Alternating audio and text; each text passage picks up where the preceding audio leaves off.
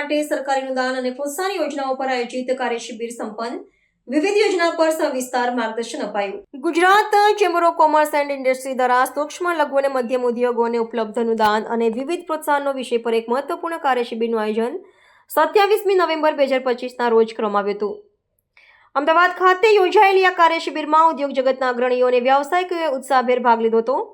આ પહેલનો હેતુ રાજ્યના નાના અને મધ્યમ સ્તરના ઉદ્યોગ સાહસિકોને સરકારી સહાય યોજનાઓની વિગતવાર માહિતી આપી તેમનું સશક્તિકરણ કરવાનો હતો. આ પ્રસંગે મેં દિનેશ જે શાહ એન્ડ એસોસિએટ્સના સંસ્થાપક ભાગીદાર ચાર્ટર્ડ એકાઉન્ટન્ટ દિનેશ શાહ મુખ્ય વક્તા તરીકે ઉપસ્થિત રહ્યા હતા. તેમણે પ્રધાનમંત્રી રોજગાર સમર્થન કાર્યક્રમ PMGP હેઠળ મળવાપાત્ર અનુદાન તેમજ જટિલ ખનિજ પુનઃ ઉપયોગ પ્રોત્સાહન યોજના 2025 હેઠળની નાણાકીય સહાય અંગે ઊંડાણપૂર્વક જાણકારી પૂરી પાડી હતી. આ ઉપરાંત તેમણે ફાર્માસ્યુટિકલ ટેકનોલોજી સહાય યોજનામાં કરાયેલા નવીન સુધારાઓ વિશે પણ સવિસ્તાર ચર્ચા કરી, જેનાથી ઉદ્યોગ સાહસિકોને મૂડી અને સંચાલકીય લાભો મેળવવામાં સરળતા રહેશે.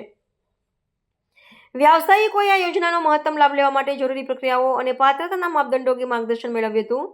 GCCI દ્વારા આયોજિત આ જ્ઞાનવર્ધક સત્ર થકી રાજ્યના MSME ક્ષેત્રને આર્થિક ટેકો આપવાના તથા સ્પર્ધાત્મકતા વધારવાના સરકારના પ્રયાસોને વેગ મળશે. ઉદ્યોગ સાહસિકોએ આ યોજનાઓ તેમના વ્યવસાયના વિકાસ માટે એક મહત્વપૂર્ણ પગલાં તરીકે આવકારી હતી, જે પ્રદેશમાં રોજગારીની તકો વધારવામાં પણ મદદરૂપ થશે. And when the nation is developing at this pace, and the MSME forms a very integral part, small scale and MSME, of the backbone of the growth of the nation and taking the nation from developing to a developed nation. This is a very important part and the backbone of the industry.